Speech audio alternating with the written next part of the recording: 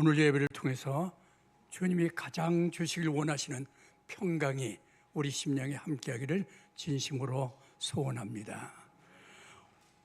5월을 가정의 달이라고 그러죠. 그 오늘은 스승의 주일로 지키는 오늘 주일입니다. 그런데 7절에 보면 바로 스승은 자녀들의 부모라고 그랬습니다. 우리가 부모님들이 바로 자녀들의 스승이다. 7절 말씀 보면 이런 말씀이 있습니다. 내 자녀에게 부지런히 가르치라. 집에 앉았을 때든지 길을 갈 때든지 누웠을 때든지 일어날 때이든지 이 말씀을 강론할 것이요 라고 되어 있습니다. 부모는 자녀에게 언제 어디서든지 네 삶 모든 것 통해서 자녀를 가르쳐 주라는 얘기입니다. 그럼 그 말씀을 좀 더 확대시키면 내 삶이 아이들에게 모범이 될 수 있도록 신앙을 전해주라는 얘기입니다. 그런데 잠언서 5장 13절에 보면요, 만약에 스승의 말을 듣지 않으면 후회할 날이 온다라고 기록되어 있습니다. 부모의 말씀을 자녀들이 순종해서 복받을 수 있도록 부모가 바로 잘 삶을 자녀들에게 보여주는 것 참으로 귀한 것 같습니다. 2차 대전, 세계대전을 이끈 사람 중에 가장 영웅으로 치는 사람이 처칠, 카톡을 통해서 두 사람에게 내용을 받았는데 여러분들도 받은 분들이 많이 있을 겁니다. 그 처칠이 영웅입니다. 그래서 영국 어느 신문에서 이렇게 영국의 위대한 인물이 출생할 수 있도록 도우신 스승님들을 찾아보자 해갖고 그 초등학교부터, 처칠의 초등학교부터 대학교까지 스승들을 조사했습니다. 그리고 신문에 그걸 실었습니다. 우리 위대한 처칠의 위대한 스승들 하고 위대한 스승이라는 제목으로 실었는데 처칠이 그 신문사에 전화를 합니다. 당신들은 내 스승을 찾느라고 수고 많이 하고 고맙습니다. 그러나 한 가지 나의 가장 위대한 스승은 찾아내지 못하셨군요. 그분은 바로 내 인생의 나침반 되시는 내 어머니입니다. 라고 신문에 냈다고 하는, 그 신문사에 연락했다는 말입니다. 오늘 읽은 말씀이 신명기거든요. 신명기는 하나님의 말씀입니다. 이 단어를 보면 두 번째 율법이라는 얘기입니다. 그럼 첫 번째 율법은 이스라엘 백성이 출애굽해갖고 시내산에서 호렙산이라고도 그랬죠. 거기서 율법을 받았잖아요. 이게 첫 번째 율법이고요. 두 번째 율법이 된 것은 바로 이제 광야 40년 동안 방황하다가 이제 모압 평지라는 곳에 모세가 와서 자기는 여기서 죽어요. 근데 요단강이 바로 앞에 보이고 그 건너보면 가나안 복지가 보입니다. 바로 목적지가 눈앞에 있어요. 거기서 보면서 왜 이스라엘 백성이 광야 40년 동안 방황하고 이렇게 고통을 당했는가? 그것은 바로 하나님의 말씀을 순종하지 않았기 때문이다. 너희는 제발 가나안 땅에 들어가거든 절대 여호와의 말씀에 순종하지 않는다 되지 말고 여호와의 말씀을 순종하라 라고 하는 당부를 하면서 설교한 고별 설교가 바로 신명기 말씀입니다. 모세는 어느 때 살았냐면 지금부터 BC 1527년에 출생해가지고 BC 1406년에 죽은, 그러면 121세 산 사람이 모세입니다. 오늘 본문 통해서는 세 가지를 생각하려고 합니다. 본문의 배경이 뭘까? 그 다음에 두 번째는 자녀가 부모에게 질문한 그 질문의 내용이 무엇이고, 세 번째는요, 부모의 대답은 무엇인가? 그것이 21절에서 25절까지의 부모의 대답을 살펴보려고 합니다. 먼저 배경입니다. 우리나라의 교육열 대단합니다. 저희들도 손자를 키우고 있습니다. 학교 다닙니다. 아들, 딸 3남매를 키웠습니다. 근데 교육열은 정말 우리 민족은 유대인과 닮았다고 그렇게 들을 정도로 세계의 가장 교육열이 심한 그런 대단한 나라가 우리나라인 것입니다. 그 유대인들은 그렇게 말하죠. 전쟁이 나면 돈과 재물은 가지고 나가지 못하지만 머리는 달고 나가지 않느냐. 머리 달고 나가면 머릿속에 있는 지식은 누가 빼앗지 못한다. 그러니 철저하게 아이들에게 지식을 넣어줘라. 교육을 시켜라. 이것이 저들입니다.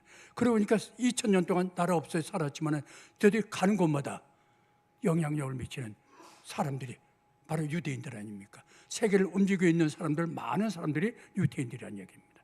그 조그마한 나라인데. 노벨상도 거의 3분의 1 정도가 유대인들이 차지할 정도로. 이런 놀라운, 어떻게 그렇게 민족을 키웠을까? 이게 신앙입니다. 오늘 본문은 바로 7절 말씀을 보완하는 그런 말씀입니다. 그래서 가나안 땅에 내가 들어갈 텐데 가나안 땅에 들어가서 자녀들에게 신앙교육을 어떻게 시킬 것인가, 그것에 대한 말씀이 오늘 본문 말씀입니다. 그런데 이 방법은 자녀가 묻습니다. 오늘 본문 내용은 자녀가 물으면 부모가 대답하는 그런 대화 형식으로 교육하는 것을 얘기하고 있습니다. 철부지 자녀들은, 우리 가정도 마찬가지고 다 여러분들 가정도 마찬가지입니다. 철부지 자녀들은 부모가 하라는 대로 그냥 따라서 찬송도 부르고 기도도 하고 말씀 읽기도 하고 그리고 주일 성수도 하고 계명도 지키고 그럼 살아옵니다. 애들이 크면서 생각해 봅니다. 이제 철이 듭니다. 왜 내가 그래야 되지? 엄마가 하라고 해서 왜 내가 계명을 지켜야 되고 주일 성수해야 되지? 하고 질문하게 됩니다. 그거에 대한 대답을 부모는 할 수 있어야 된다는 얘기입니다. 그런데 유대인들은 그거 할 수 있어요. 왜요? 이 틀 속에서 그냥 자라났기 때문에 다 그렇게 자랐어요. 그러니까 그 질문에 대해서는 당연히 어느 누구도 배웠다 안 배웠다 상관없습니다. 이건 대답할 수 있는 그런 저들의 삶이었습니다. 그럼 두 번째 생각합시다.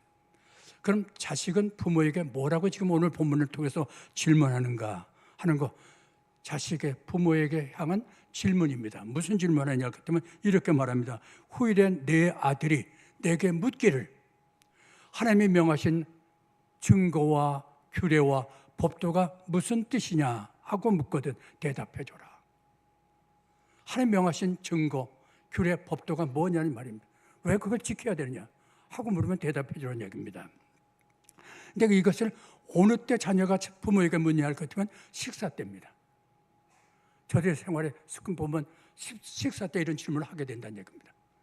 근데 저들은 식사할 때 온 가족이 함께 식사합니다. 그리고 손을 씻습니다. 그리고 씻기도 합니다. 그리고 탈무드라는 주제를 가지고 서로 대화를 나누면서 식사를 하는 것입니다. 이 탈무드라는 것은 저들의 머리에 문을 두드리는 교육입니다. 우리 자녀들에게 두뇌, 머리를 두드리는 교육을 시키는 것 참으로 중요한 것 같습니다. 그럼 예를 들어 봅시다. 그럼 탈무드는 어떠한 것인가? 탈무드는요, 위대한 연구란 뜻인데 5,000년 동안 이스라엘 백성들과 함께한 생활 규범입니다. 한 사람이 탈무드를 알지 않으면 이런 말이 있잖아요. 탈무드를 모르고는 유대인을 이해할 수 없다. 그러니까 탈무드와 유대인은 함께하는 것이에요. 그들의 생활이에요. 그래서 한 사람이 탈무드를 배워오려고 랍비는 선생입니다. 랍비에게 물었습니다. 나 좀 탈무드 좀 가르쳐 주세요. 했더니 당신 아직 탈무드를 펼 자격이 없습니다. 아니 왜 내 자격이 있는지 없는지 당신이 어떻게 알아요? 시험을 해보십시오. 내가 자격이 있는지. 그래서 이제 탈무드가 뭔가를 이해하기 위해서 예를 들어보죠. 굴뚝이 막혔는데 굴뚝 소재하려고 두 젊은이가 들어갔습니다. 둘이 굴뚝에 들어가서 굴뚝 청소를 했습니다. 그리고 굴뚝에서 이제 청소 다 하고 나왔습니다. 누가 얼굴을 씻겠느냐 하는 질문입니다. 한 사람 얼굴이 제가 묻어서 새까맣고 한 사람 제가 묻지 않고 깨끗합니다. 그래서 누가 얼굴을 씻을 것 같으냐 하고 물었더니 이 사람은 그거야 당연히 얼굴에 제가 묻은 사람이죠. 그러니까 당신 아직 탈무드를 펼 자격이 없습니다. 서로 상대편 얼굴을 바라보잖아요. 얼굴이 깨끗한 사람은 상대편 얼굴이 새까맣게 된 제가 묻은 사람 얼굴 보니까 어이구 내 얼굴 더럽겠다 하고 가서 씻는다. 얼굴이 깨끗하면 씻는 겁니다. 그 말 되네요. 그래서 그 사람 그럼 한 번 시험 하지 말고 또 한 번 해주세요. 그러니까 똑같은 질문을 또 합니다. 이제 답을 알아요. 뭐 생각할 겨를도 없어요. 그거에 당연히 얼굴 깨끗한 사람이죠 하고 큰 소리로 자신 있게 대답했습니다. 그러기에 당신 아직도 탈무드를 펼 자격이 없습니다. 그럼 답이 뭔데요? 아니 둘이 똑같이 굴뚝에 들어가서 소재했다고 하면 정도의 차이는 있을지 모르지만 얼굴에 제가 묻긴 많이 묻냐 덜 묻냐지 제가 안 묻을 수 있느냐. 그러니까 이 문제는 얼굴이 두 사람 다 제가 묻어야 된다고 하는 답을 해야 된다. 이게 저들의 교육법입니다. 이게 대화를 통해서 이루어지는 겁니다. 탈무드는 대화하는 겁니다. 탈무드는 BC 5000년부터 시작해서 AD 500년까지 약 5500년 동안 구전으로 말로 전해온 겁니다. 이게 책으로 남은 거 아니에요. 말로 전해온 건데 이 탈무드를 뭔가 문서화시켜야겠다 해갖고 학자들이 10년 동안 1000명의 학자가 그걸 연구했습니다. 그리고 책을 20권 만들어 놓고 그리고 저 페이지를 보면 12,000페이지를 만든 방대한 탈무드라는 책을 만들어냈습니다. 그러나 탈무드는 책으로 읽는 것이 아니고 대화를 통해서 하는 저들의 교육법입니다. 그 가정의 대화가 얼마나 중요한 걸 볼 수가 있습니다. 본문에 들어가 보죠. 본문에 들어가면 4절에서 9절 말씀을 연결시켜 있습니다. 4절에서 9절 말씀이 연결되어 있는데 4절에 보면 이런 말씀이 있죠. 이스라엘아 들으라, 우리 하나님 여호와는 오직 유일한 여호와시니. 그렇게 됐습니다. 우리 하나님 여호와는 우리 하나님이신데 그분은 유일한 우리의 하나님이세요. 여호와세요. 이 4절서 원래 슈마 요걸 갖다 저들은 우리는 쇠마라고 말하고 저들의 단어는 들으라 슈마라는 말을 합니다. 그러니까 이 슈마, 이 쇠마라는 건데 이것은 우리 옛날에 국민교육 헌장이라는 게 있잖아요. 나라의 기본이 되는 틀이 되는 겁니다. 저들의 틀이 되는 것이 바로 이 쇠마. 4절에서 9절까지 확대시켰습니다. 지금은 그 쇠마라는데 이것을 하는데 이 쇠마는 저들의 삶의 지침입니다. 이 방마다 조그마한 손가락 크기만한 주머니를 만들어 놓습니다. 달아 붙여놔요. 그리고 그 속에다가 양피지에다가 이 쇠마 4절에서 9절까지 이걸 양피에 기록해갖고 그 주머니 속에 집어넣습니다. 그 주머니를 갖다 우리는 매주자라고 말합니다. 매주자라는 주머니 속에 양피지 이 쇠마가 들어있습니다. 그럼 사람들은 그 방마다 있기 때문에 방에 들어갈 때도 그걸 만지고 그 만진 손을 갖다 입에 댑니다. 그리고 밖에 나갈 때도 그걸 만지고 그리고 입에 댑니다. 그럼 입에 대면서 저들은 뭘 생각하냐면 이 쇠마 이걸 생각합니다. 여호와는 우리의 하나님이세요. 그러면 한 분인데 그분의 한 분 하나님에 대한 증인의 삶을 살아야겠다. 증인다운 삶. 오늘도 하나님 앞에 부끄럽지 않는 하나님의 증인의 삶을 살았느냐, 살겠다고 결심하고 밖으로 나가고 돌아오면서 네가 그렇게 살았니? 하고 묻는 것입니다. 그러니까 저들의 삶이 신앙과 함께하는 삶인 것을 볼 수가 있습니다. 오늘 자녀가 질문합니다. 네.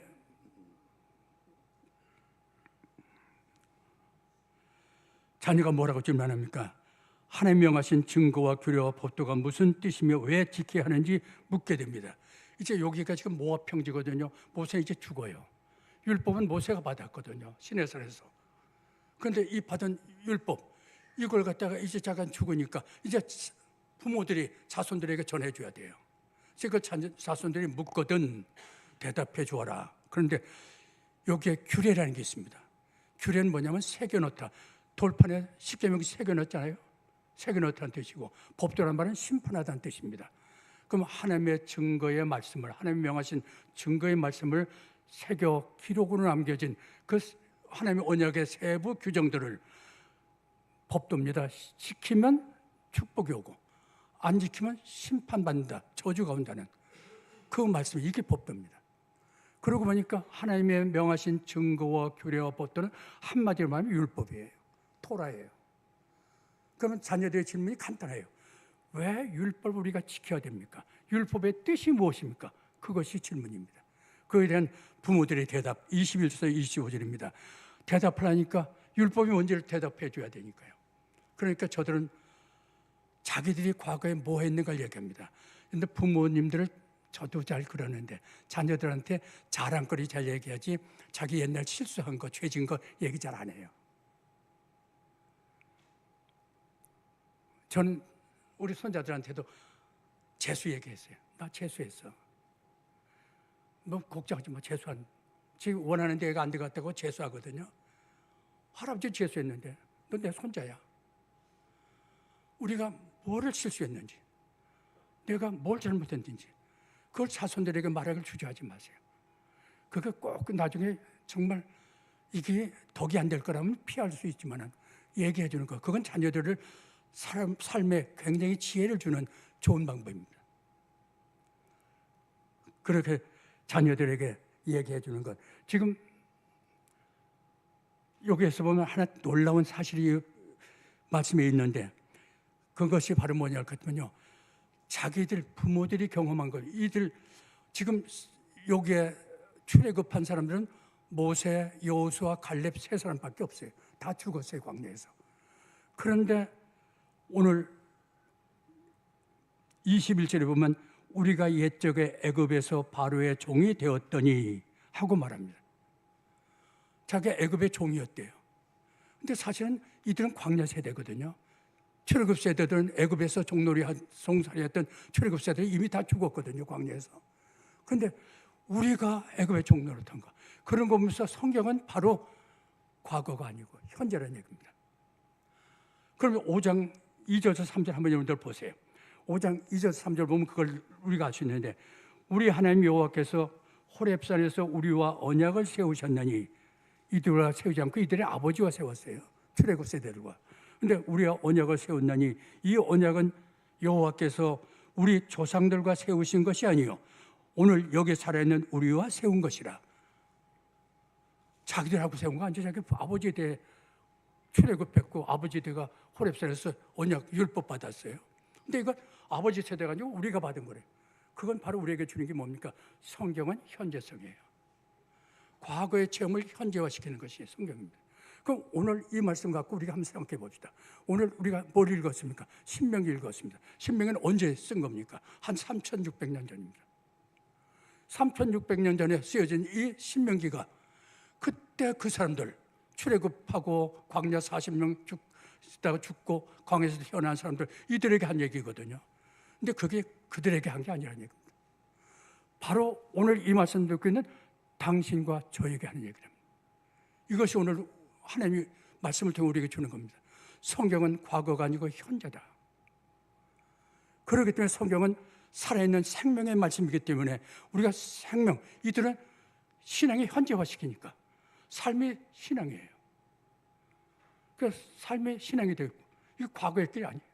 아버지 세대에 지나간 과거의 얘기가 아니에요. 3,600년 전 이 신명기 오늘 본문 말씀이 바로 우리에게 주신 말씀은 우리의 것이라는 사실입니다. 그래서 이 말씀을 우리가 받아들이고 하는 것이 우리가 이 말씀을 받는 자세인 것입니다. 그런데 우리의 가정을 보면서, 우리의 또 삶을 보면서 우리는 삶과 말씀은 따로따로 하고 있지 않는가. 삶이 신앙이 되지 못하고 신앙이 삶과 함께 하지 않고 따로 하고 있지 않는가 생각을 해봅니다. 둘째로 질문해보죠.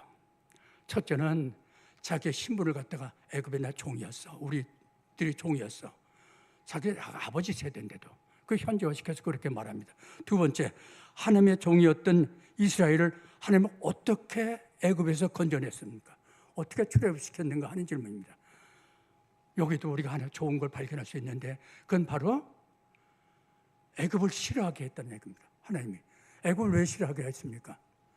애굽이, 이스라엘 백성이 애굽에 어디 가서 살았습니까?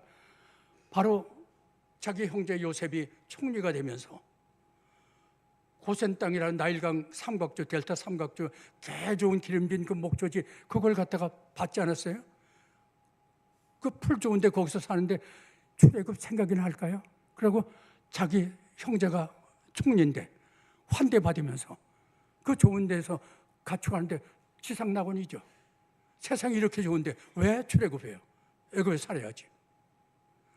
그런데 하나님은 때가 이르니까 그걸 막으십니다. 혹시 저와 여러분 속에도 그런 하나님의 손길이 있는지 생각해 보시기 바랍니다. 이게 은혜이기 때문입니다. 하나님은 저들에게, 그렇게 애굽을 좋아하는 저들에게 요셉을 알지 못하는 새 왕조가 들어서게 하고, 그 왕조가 들어서 보니까 애굽 사람 이스라엘 사람이 너무 많아요. 이거 이러다가 이스라엘 천지가, 애굽 나라가 이스라엘 천지가 될 것 같아요. 그래서 인구 억압 정책이었습니다. 그걸 위해서 이스라엘 사람을 종으로 삼습니다. 그래서 우리가 바로의 종이었더니, 그리고 고된 일을 시키면서 잠자리 잘 못하도록, 그래 고된 일을 시킵니다. 그래도 인구가 증가하니까 두려움이 왔어요. 2배나 더 고된 일을 시키면서 남자아이가 태어나면 죽여라 그랬습니다. 모세 사건 아시죠? 남자아이가 태어나면 죽어라. 그러면 이제 애굽이 그 좋은 것이 됩니까? 이제 어떻게 하면 애굽을 빨리 떠나는가가 문제 아니에요? 나갈 수 있으면 애굽 나가고 싶죠. 너무 힘들어요. 정말 죽을 판이죠, 애굽이. 이렇게 하나님이 이게 은혜라는 얘기입니다. 그 절망이 들어와요, 세상. 여러분들 중에도 오늘 생활이 너무 어려워서 절망하는 분 있습니까? 한번 각도를 바꿔 생각해 보세요. 왜 하나님이 이렇게 하시나? 세상에 내 마음을 빼앗기지 않고 바라볼 것을 바라보게 하시기 위해서 하신 게 아닌가? 절망시키고 그냥 낙심하고 끝나는 게 아니에요. 그 다음에 하나님이 21절에서 22절 보니까 하나님의 권능의 손을 보게 하셨다. 하나님의 권능의 손으로 인도하셨는데 그 권능의 손이 바로 뭐냐면 애굽과 바로와 그리고 온 집에 치신 재앙이다. 이적과 기적이었다고. 그러니까 하나님이 이적을 베풀어서 하나님이 권능의 손을 펴서 애굽을 치시는 것을 이스라엘 백성들, 절망하고 있는 이스라엘 백성들이 보게 해 주십니다. 우리가 어려울 때 이제 하나님 말씀을 통해서 하나님 바라보세요. 하나님의 손만 볼 수 있으면 당신 승자가 될 수 있습니다. 그걸 보게 하셨거든요, 이스라엘 백성이. 바라보니까 10가지 재앙을 칩니다. 피, 개구리, 메뚜기, 뭡니까? 파리, 이런 것들이에요. 우박, 티끌, 이거 하찮은 것들이거든요. 근데 애굽하면 세계 최강인데, 그 두려운 존재인데, 이들이 그 메뚜기 앞에 쩔쩔매고 있거든요. 파리떼 앞에 쩔쩔매고 있습니다. 개구리 앞에 쩔쩔매고 있습니다. 흑암 앞에 쩔쩔매고 있습니다. 그러니까 문제는 애굽이 별거 아니에요, 애굽도. 그거한테 보니까 그렇게 두려운 존재거든요. 진짜 우리가 두렵고 매달릴 분은 여호와의 손이다. 이분만 함께 해준다고 하면, 이분의 손이, 권능의 손이 나와 함께 하신다고 하면 그게 문제가 아닌 것을 우리는 깨닫게 되는 것입니다. 이것이 하나님이 하시는 일입니다. 그런데 이제 출애굽 때가 됐습니다. 그랬더니 하나님이 10가지 재앙을 내리시던 하나님 마지막 10번째 재앙으로 애굽 사람들 모두, 그리고 애굽의 왕 바로의 가정도, 온 집에 장자는 다 죽음으로 치셨습니다. 그날이 바로 출애굽 전날 밤입니다. 그걸 우리는 유월절 밤이라고 말합니다. 유월절 밤엔 하나님이 이스라엘 백성에 그렇게 합니다. 너희는 유월절 양을 준비하라. 미리 양을 준비하라고 했습니다. 그 양을 잡아라. 유월절에 잡았고 그걸 갖다가 너희 집 문에다가 긴둥에다가 그걸 발라놔라. 피를. 그 하나님이 유월절 밤에 거길 지나갑니다. 지나가다 피가 있는 곳은 피해서 가시고 피가 없는 집은 다 죽음의 신이 치도록, 죽음을 가져오도록 했습니다. 그래서 애굽 사람들, 피가 없는 애굽 사람들 집은 전부 초청해서 왕까지 다 죽어나갑니다. 그러니까 이제 손 들고 빨리 좀 나가라고, 너희들 때문에 우리가 장자가 다 죽었고 너희들 때문에 우리가 망하게 되겠다고 보험을 주면서 내보냈다고 했습니다.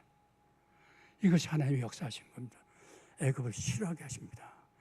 세상, 그렇게 좋은 세상인데 우리가 몸담고 있는데 이걸 싫어하게 만드십니다. 그리고 하나님은 우리를 하나님 바라보라는 겁니다. 권능의 손으로 하시는 역사를 바라보라고 하는 것입니다. 그것이 하나님의 출애굽시킨 그것이 오늘 있는 말씀입니다. 그러면 유월절 양이 누굽니까? 예수 그리스도시죠. 어린 양. 그 피가 죽음을 물리친 그 사망못에서 깨뜨리신 그 피가 누굽니까? 예수 그리스도 십자가 보혈이잖아요. 예수 그리스도의 십자가 보혈. 그래서 저들은 이제 나가라고 해서 종에서 자유인이 되었어요.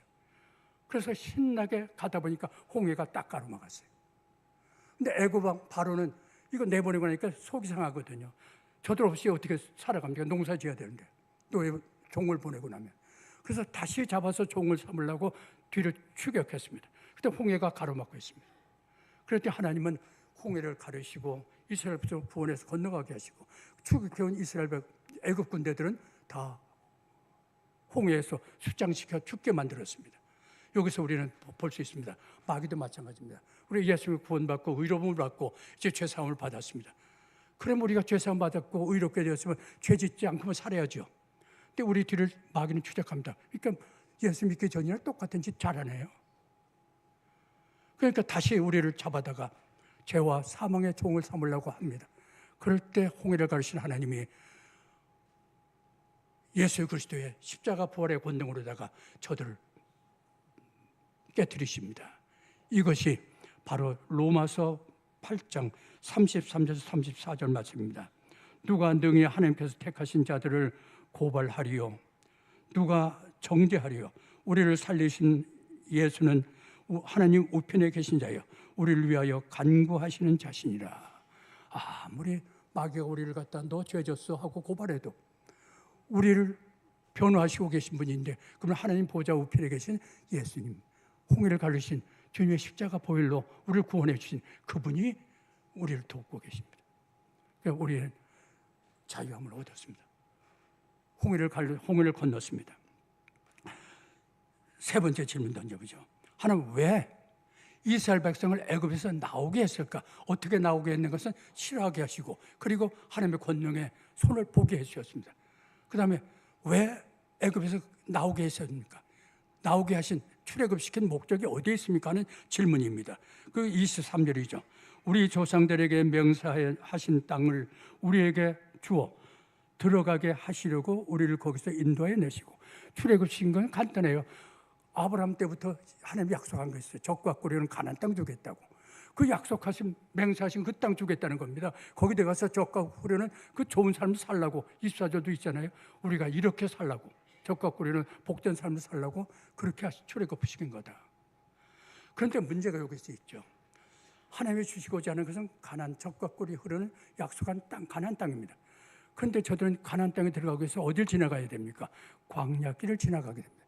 광야가 세상입니다. 근데 세상 지나갈 때 우리는 너무 현실주의예요.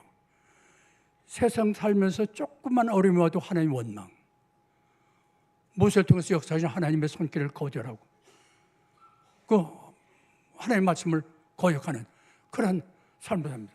현실 중심입니다. 그래서 원망과 불평하다가 광야에서 40년 동안 저들은 방황하고 연단받아야 했던 것이 광야 40년인 것입니다. 창세기 12장 11절 보면요, 헤롯 왕이 있습니다. 헤롯 왕이 야고보를, 예루살렘 교회 지도자 야고보를 갖다가 처형시켰습니다. 그랬더니 유대인들이 박수를 칩니다. 잘했다고요. 그러니까 정치인으로서 국민들의 박수를 받으면 좋잖아요. 선거철에 얼마나 국민들의 마음을 살라고 별 약속을 다 하잖아요. 이게 정치인들이거든요. 헤롯은 신이 났어요. 그러면 수사도 베드로도 죽여야지. 베드로를 잡았습니다. 감옥에 가다 왔어요. 날만 새면 이제 죽이려고 하는데 그날 밤에 하나님의 천사를 보냅니다. 잠들이는 베드로를 깨웁니다. 그리고 모든 간수도 다 잠들게 하고, 그리고 묶여있는 쇠사슬 다 풀리게 하고 감옥문을 열고 밖으로 인도해 내십니다. 이제 밖에 나와서 감옥에서 자유를 얻었습니다. 밖에 나왔어요. 그리고 베드로 보고 이제 가라 하고 천사가 말했습니다. 정신이 번쩍, 그때서야 정신이 들었습니다. 그때까지는 꿈꾸는 줄 알았는데 정신이 들어서 이 사도행전 12장 11절 맞습니다. 그래서 이제야 내가 깨달았노라고. 하나님이 천사를 보내서 헤롯의 기대에서, 헤롯의 손에서 벗어나게 하시고, 유대인들이 내가 죽기를 기다리는 그 기대에서 나를 벗어나게 하셨다. 하나님이 하셨다. 하나님의 손을 바라봤습니다. 우리가 내 삶 속에 함께 하시는 하나님, 그걸 본다는 건 굉장히 중요합니다. 하나님의 영식이 안 보여요. 근데 어떤 일 잘 되면 내가 했어, 그렇게 하고 누구 때문이야 하고 탓하지 마시고, 내 삶 속에 함께 하시는 하나님의 손길을 본다고 하면 내 삶은 달라집니다. 그걸 느끼며 살 때 우리는 감격도 할 수 있고 하나님께 감동도 할 수 있습니다. 그리고 신앙생활이 정말 신나게 하나님이 함께 하시니까 내 삶 속에. 그래서 우리가 하나님 앞에 사는 아름다운 삶을 살 수가 있는 것입니다. 그런데 우리의 삶은 어떻습니까? 신앙과 삶이 함께 하십니까? 우리 자녀들에게 뭘 가르쳐 줄 겁니까? 그거 내가 너한테 이렇게 해서 네가 된 거야. 그게 아니에요. 하나님이 해주셔서 모든 일 속에 하나님의 손을 바라볼 수 있도록 하나님이 너와 함께 한다는 걸 가르쳐 주는 것이 가장 중요한 교육법의 하나인 걸로 저는 생각을 본문 통해서 하게 됩니다. 자녀들에게 하나님 바라보도록 가르치시길 바랍니다. 마태복음 23장 8절에 보면요, 스승은 딱 한 분밖에 없대요. 우리 스승은 그분이 예수님이라고. 또 랍비라 칭함을 받지 말아라. 우리 랍비는 한 분이시다. 너희들은 다 믿음의 형제다. 저보고 스승님 하지 마시고 우리는 다 믿음의 형제자매들입니다. 그것이 마태복음 23장 8절 말씀입니다. 이제 마지막 질문 던지죠. 24절에서 25절입니다.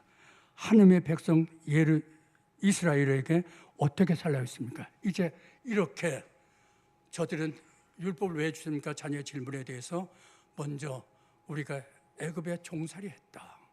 신앙을 현재화시킵니다. 그런데 하나님이 우리를 애굽을 싫어하게, 그렇게 좋은 애굽이었는데 싫어하게 만드시고, 그리고 권능의 손을 우리에게 보여주시고 이적과 기사를 행하시는 걸 보여주어서 우리는 거기서 나오게 되었다 했습니다. 그런데 왜 거기서 인도했습니까? 그거야 목적지가 지금 현재 이 세상 살고 있는 이 광야가 아니고 바로 적과 꾸리는 가나안 땅, 약속의 땅, 거기에 인도하기 위해서다. 그런데 우리가 얼마나 여호와의 말씀에 순종하지 못해서 이런 어려움을 광야 40년 방황하는 삶을 살지 않았느냐. 그럼 이제 어떻게 살라고 합니까? 여기 네 번째 질문입니다. 그러니까 24절에 보니까 여호와께서 우리에게 이 모든 규례를 지키라 명하였나니, 규례 지키래요. 이스라엘 그 다음 말씀 보니까 그래야 항상 네가 복이 있는 삶을 살 수 있대요. 이 말씀 지키라고. 또 율법 물었는데 이거 지켜. 그럼 네가 항상 복 있는 삶을 살 수 있어. 우리가 복된 그 삶, 우리 삶 속에서도 기쁘고 복된 삶 살기를 원하지 않습니까? 그건 거저 막연히 오는 거 아닙니다. 주여 복 주시옵소서 그래도 오는 건 아닙니다. 막연히 오는 게 아닙니다. 정말 하나님의 명하신 그 말씀을 내가 지키며 그분 바라보며 하나님과의 관계를 바르게 하나님을 경외하고, 그리고 그분이 주신 말씀을 하나님이 주신 말씀입니다. 이건 살아있는 생명의 말씀입니다. 받고 그 말씀대로 살려고 애쓸 때 이 하나님과의 관계 속에서 하나님이 우리에게 복을 주신다라고 24절 말씀하고 계십니다. 여기서 우리는 성경을 다시 한번 생각해 봅시다.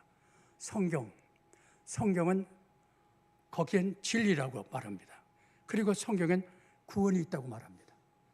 왜 그렇습니까? 자녀가 묻잖아요. 그럼 뭐라고 대답하시겠습니까? 성경을 이해할 수 있어야 되겠죠. 성경은 모두가 몇 권입니까? 창세기에서 말라기까지 구약이 39권, 신약이 27권, 합해서 66권입니다. 얼마 동안에 성경을 기록했습니까? 약 1600년간의 기록을 됐습니다. 그리고 저자가 몇 명입니까? 저자 미상이 많아요. 저자를 잘 안 밝혀요. 왜요? 이건 하나님의 책이니까. 그래서 30-40명, 이름 드러난 게 30-40명 됩니다. 그럼 이렇게 1600년 동안 30-40명의 저자들이 성경을 기록했어요. 그게 창세기와 말라기까지입니다. 그런데 저자들이 각각 직업이 다 달라요. 배운 유무식도 다 다르고, 선한 목동서부터 시작해서 학자부터 전부 다. 그렇다면 내용이 다 달려야 되잖아요. 그런데 성경 66권을 딱 보면 딱 두 가지예요. 하나는 주제가 구원이에요. 그리고 후원자는 예수 그리스도. 요거 두 가지예요. 66권이 다 그거예요. 구약은 오실 메시아를 바라보고 예수님을 바라보고 사는 거고, 신약은 오신 메시아를 앞에 사는 거고, 이게 구원자예요.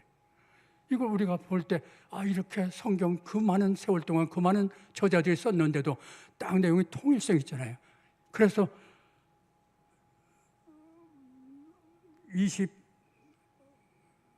디모데후서 3장 16절 보면 모든 성경은 하나님의 감동으로 된 것으로 교육과 책망과 바르게 함과 의로 교육하기에 유익하니라고 했습니다. 그러니까 하나님의 명한 계명은 무거운 것이 아니에요. 부모가 자식에게 무거운 거 줄 리가 없어요. 그럼 그것을 지키면 복 받는데요. 그것이 24절 말씀입니다. 25절 보세요. 25절 보면 우리가 그 명하신 대로 이 모든 명령을 우리 하나님 여호와 앞에서 삼가 지키면 그것으로 곧 우리의 의로움이니라 할지니라. 24절은 복 받는다, 항상 복을 누린다고 했고, 25절은 그렇게 지키면 네가 의롭담을 받는다는 얘기입니다. 그 율법을 지키는 건 의로운 삶. 그런데 문제가 뭐가 있습니까? 율법을 다 지킬 수 있습니까? 못 지켜요. 그래서 로마서 3장 10절에 보면 의인은 없나니 하나도 없다. 어차피 못 지킬 거, 어차피 의롭게 되지 못하는 거, 그럼 왜 주셨습니까? 하나님은 여기에서 우리로 하여금 의롭게 하시고 자녀 삼기 위해서 그분은 한 분을 보내주십니다. 그분이 독생자입니다. 예수 그리스도를 보내주십니다. 그분은 율법을 완성하신 분입니다. 그래서 우리가 그분을 믿음으로 우리는 의롭다움을 받고, 믿음으로 우리는 하나님이 주시는 평강의 복을 누릴 수 있도록 인도해 주시는 것입니다. 예수 그리스도를 믿는 것, 이게 복음입니다. 그래서 로마서 1장 17절에 보면 오직 의인은 믿음으로 말미암아 살리라 했습니다. 야고보서 2장 26절 보면 그 믿음엔 행함이 함께한다. 참 믿음이라면 행함이 함께한다고 했습니다. 내가 믿습니다 하고 아무렇게나 사는 게 아닙니다. 행함이 함께하는 것이라고 그렇게 말씀하고 계십니다. 갈라디아서 2장 16절 제가 읽어드릴게요. 사람이 의롭게 되는 것은 율법의 행위로 말미암는 것이 아니요 오직 예수 그리스도를 믿음으로 말미암아 않는 줄을 알므로 우리도 예수 그리스도를 믿나니 이는 우리가 율법의 행위로서가 아니고 예수 그리스도를 믿음으로써 의롭다 함을 얻으려 함이라.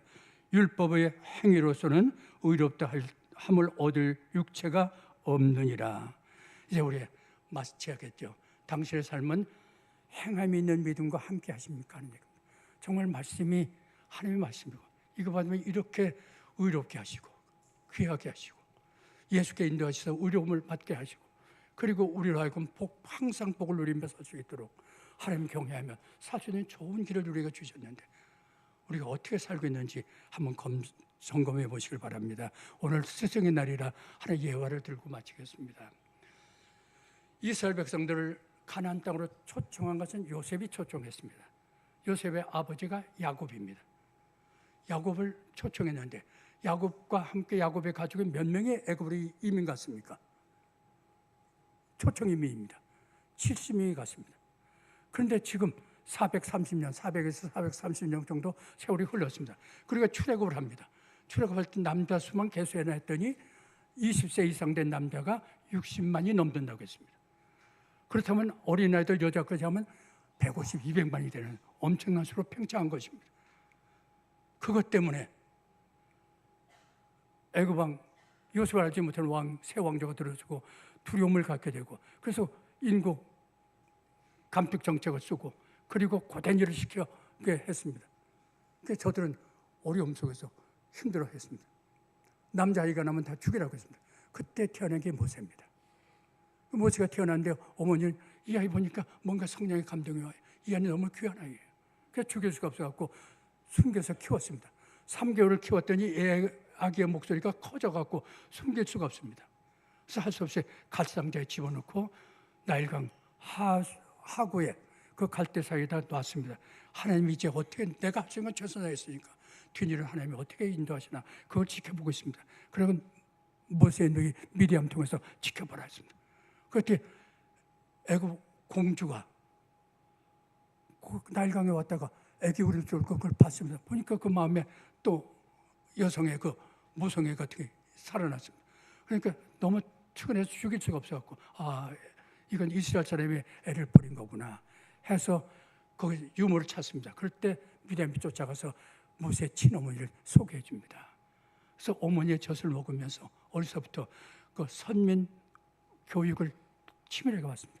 그 훗날 하나님의 귀에서는 하나님의 종 출애굽의 역사를 일으키는 지도자로 세우게 된 것입니다. 그걸 보면서 위대한 사람 뒤에는 위대한 어머니가 있다고 하는 격언이 성취된 것입니다. 여러분들, 우리 부모님들, 저부터도 마찬가지입니다. 우리의 삶을 좀 더 바꿔봅시다. 좀 더 생각하면서 합시다. 우리 자녀들로 하여금 생각하는 자녀 만들어줍시다. 그 너무 단답형 그런 객관식 아이를 키우지 마시고 점수도 중요하지만 생각하는 자녀를 키워서 이 나라의 모든 앞날이 하나님 기뻐하는 나라가 될 수 있도록 그런 귀한 부모님들 다 되시길 진심으로 소원합니다. 같이 기도드리겠습니다. 아버지 하나님, 오늘 저희들 스승의 날을 맞이해서 부모가 바로 스승이라고 말씀해 주셨습니다. 우리의 삶이 집에 앉았을 때든지 길을 갈 때든지 누웠을 때든지 일어날 때든지 모든 삶을 통하여 저의 삶이 자녀들에게 모범이 되게 하시고 교육이 될 수 있도록 은혜 내려 주시옵소서. 그래서 우리의 가정, 우리의 자녀들이 변화되고 하나님 앞에 귀히 쓰는 인물들이 될 수 있도록 복 내려 주시옵소서. 오늘도 귀한 말씀 주셨사오니 이 말씀이 우리 속에 역사해 주시길 간절히 바라옵고 예수 그리스도 이름 받들어 기도드리옵나이다. 아멘.